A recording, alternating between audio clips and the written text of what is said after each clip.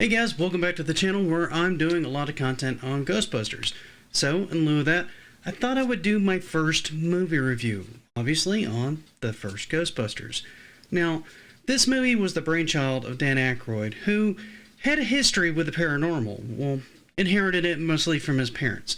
His father wrote a book called A History of Ghosts. His mother claimed to have seen ghosts. His grandfather experimented with using radio signals to contact the dead, and his great-grandfather was like a well-known spiritualist back in the day. So he had all this background and had the idea of doing sort of like a comedy/action movie focused around catching and trapping ghosts. Now, where he got the idea from that was he read basically a book called the Journal of American Society for Paraclinical Research based on quantum physics and parapsychology. So this actually gave him the idea of the ionization rates and everything like that and the ability to kind of like catch ghosts, right? So what he wanted to do was mix this with traditional comic ghost films of the early 20th century, right? So he began writing a script with himself, Eddie Murphy, and John Belushi to star in the whole movie. Now, before they could even start filming, or even really writing, John Belushi died. So that pretty much killed that character as far as the role goes. Now, what he decided to do is he decided to go with Harold Ramis, who was going to be the brain, Bill Murray, who was going to be the voice, and himself, who was going to be the heart of the whole team. They also introduced Ernie Hudson, who was going to be the fourth member, and was pretty much going to be like the everyday, relatable person in the whole movie, right? With this in mind, they finally started writing the script, got it produced and ready to go, and we're ready to film Ghostbusters. Now, this first scene opens up on a library where there's an older librarian putting away books when index cards start flying all over the place. Now, if you don't know what an index card is, talk to your parents. I can't help you there. She then begins to run away, only to turn and scream in terror, and it's then that we see the opening credits. Who you gonna call? Ghostbusters! It's then that we cut to the first of the Ghostbusters, Peter Venkman, who's played by Bill Murray in the film. Now, he appears to be using the scientific test to hit on a young co-ed that he finds attractive when Dan Aykroyd bursts in, babbling about ghost sightings and a blank tape and telling Venkman that he needs to hurry up and come along with him. The great thing about this scene is it does a lot of work in very little amount of time. You don't have to do a lot of build-up, there's not a lot of flashbacks, there's nothing like that. It's just the two talking, and you start to get a feel for who they are. This gets further reinforced in the next scene where they actually go to the library to meet the librarian, and they kind of do their own investigation into the haunting.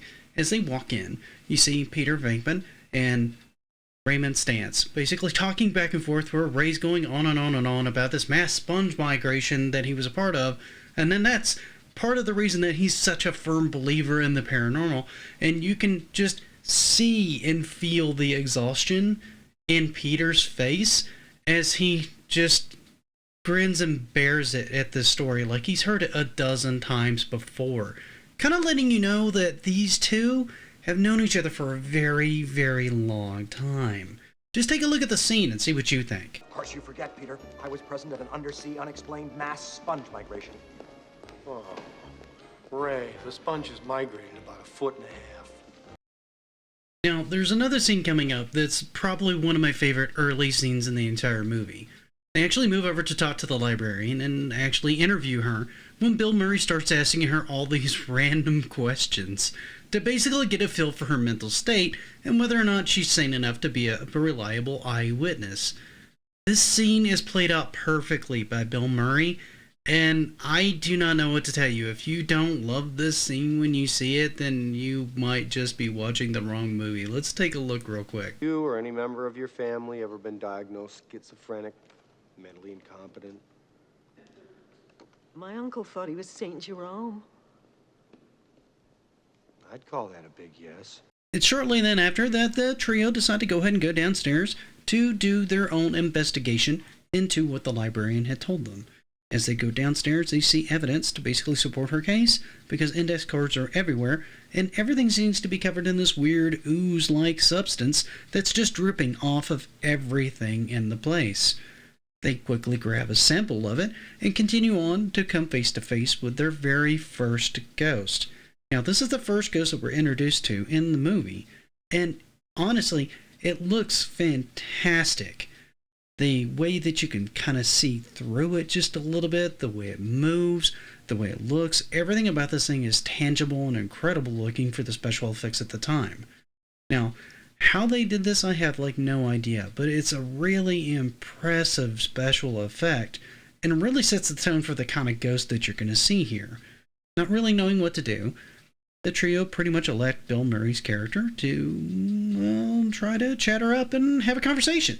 Where are you from, originally? When this doesn't work, Ray comes up with a plan. Ready? Get her! Our trio pretty much immediately panic and run straight out of the library like any sensible human being actually seeing a ghost would do.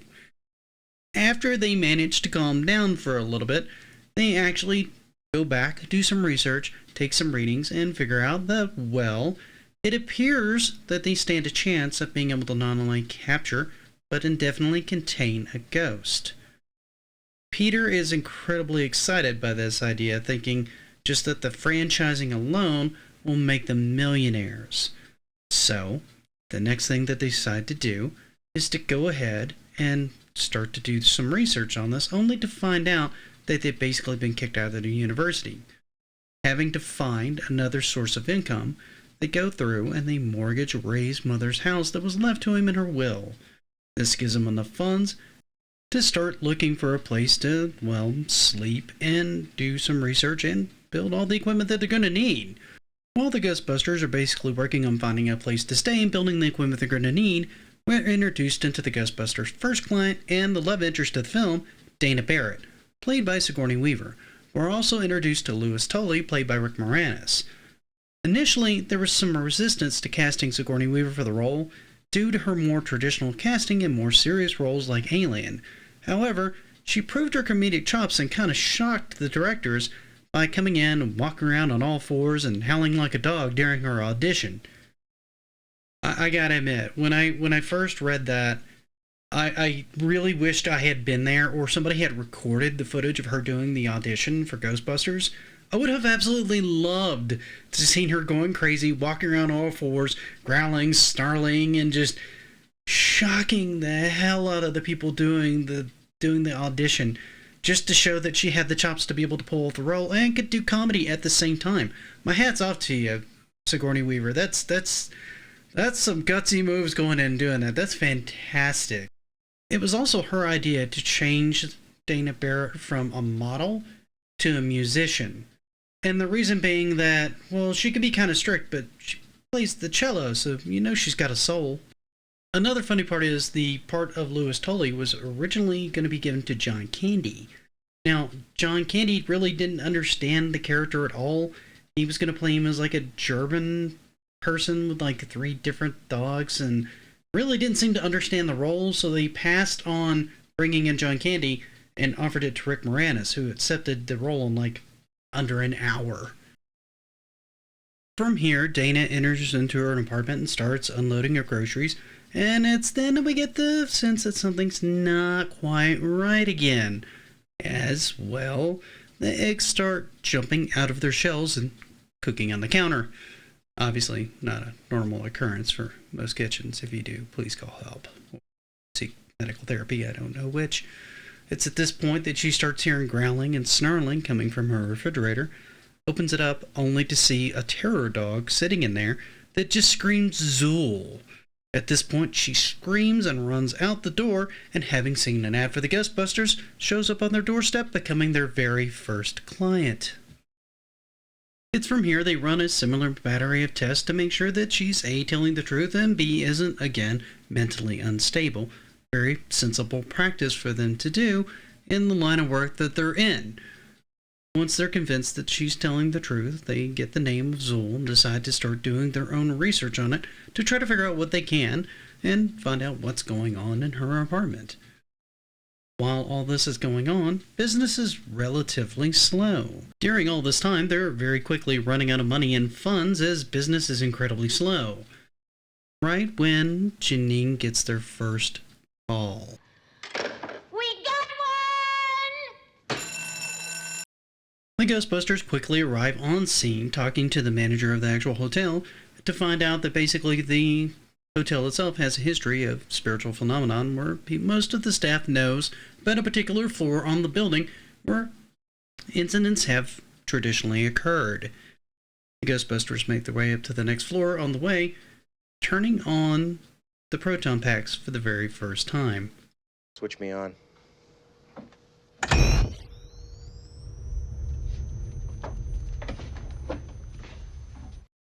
It's continuous, subtle little things like Egon's reaction in the elevator that elevate this movie above so many others in its genre.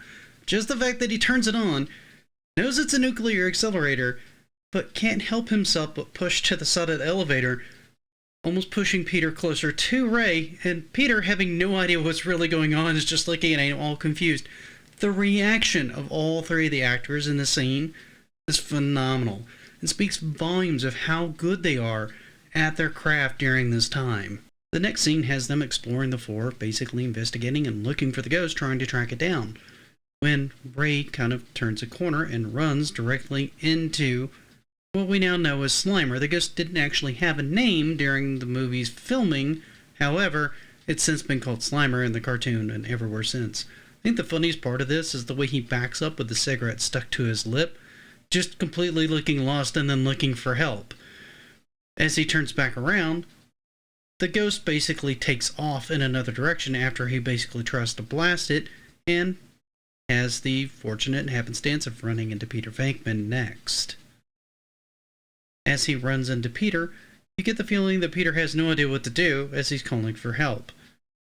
When Ray basically calls him an angry little spud, Peter makes a comment that he can hear you, Ray, and then basically Slimer charges him, running straight into him, leading to this particularly famous line. What happened? Are you okay?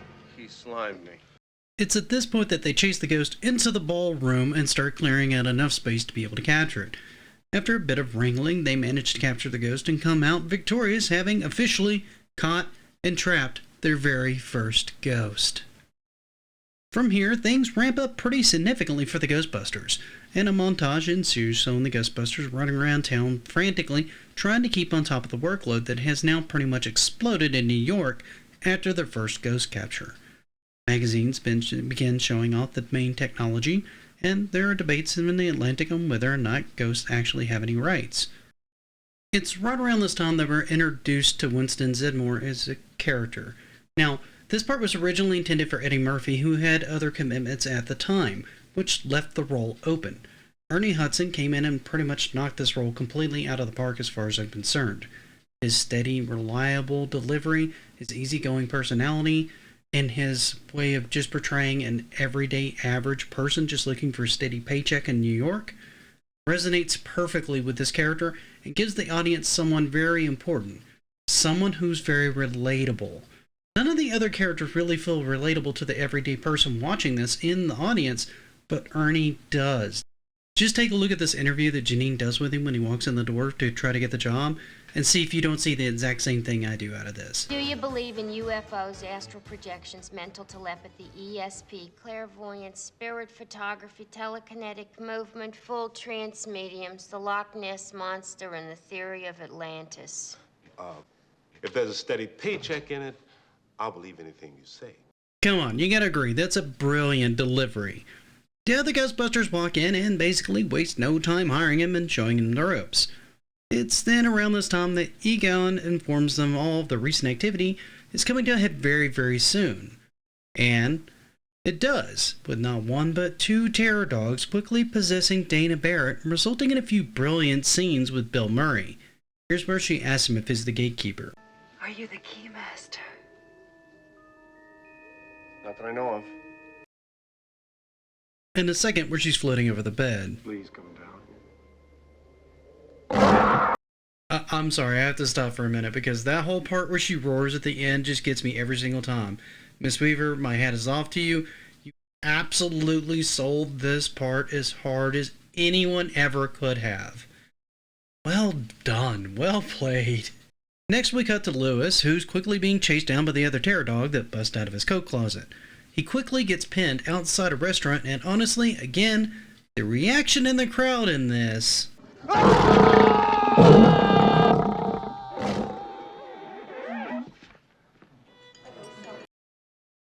It's exactly how you would expect real New Yorkers to act. They look up from the minor disruption from their dinner, acknowledge what's going on in passing, and then completely ignore it and go right back to dinner again. I mean, it's New York. What are you gonna do? It's at this point that everything seems to go sideways for the Ghostbusters, as the EPA comes in, already having had one confrontation with them earlier, and turns off the power grid to containment unit. This causes a huge explosion that causes the gatekeeper and the keymaster see it as a sign. Also, around this time, the Ghostbusters are arrested. This is one of the few low spots in the movie overall that, while we get some good exposition about the building, it's still a bit on the tedious side.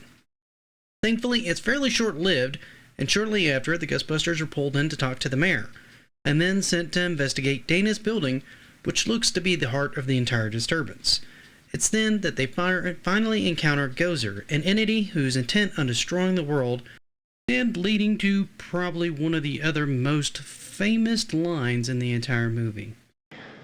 When someone asks you if you're a god, you say yes! It's at this point that she asks them to choose the form of the destroyer. This meaning that they're there to pick the form of the entity that's going to destroy the world. They all endeavor to clear their minds with the exception of Ray, who tries to think, and summons up the Stay Puft Marshmallow Man. Now, this part's actually pretty interesting, at least the Stay Puft Marshmallow Man himself. It was an actual suit worn by Bill Bryan. There were 18 of these suits, each costing between $25,000 and $30,000 apiece. 17 of these were worn by stuntman Tommy Caesar and were burned as part of the filming. They used a separate air supply when in the suit because the suit being made of foam and fiberglass was actually really heavily toxic to breathe in normally. So they even built 3 different heads capable of doing different facial expressions and controlled by cable mechanisms. The walk to the apartment was actually done using a scale model of the city, much like the old Godzilla movies were filmed in the day. It's at this point that the team has to come up with an idea to be able to deal with this thing since their normal streams aren't working. This led them to either crossing the streams, which they had been warned was a bad thing before, and winning the day, or try to imagine all life as you know it stopping instantaneously and every molecule in your body exploding at the speed of light. Total protonic reversal. in the end, they managed to cross the stream successfully, reversing the portal and sucking Gozer and the Destroyer back into the portal and sending back to the dimension which they came from. This wouldn't be the last time that this technique was used, but it was the first time. And there ends Ghostbusters. And that was Ghostbusters, the movie that basically started it all, spinning off multiple sequels, cartoons, toy lines, and multiple different avenues of geeky culture. Hopefully you guys enjoyed this review and this trip down memory lane of Ghostbusters itself, particularly during the month of October. If you have any fond memories of the movie, the toy line, or the cartoon, which I'm hoping to do a review of this month, let me know in the comments. Also, if you made it this far, please do me one more favor and hit that like button. Also, hit the subscribe button and the notify button, making sure to select all so it actually tells you when I upload things, and feel free to come back for more. Hopefully I'll be able to get another couple of reviews in this month. But, until next time, I will see you guys at the movies.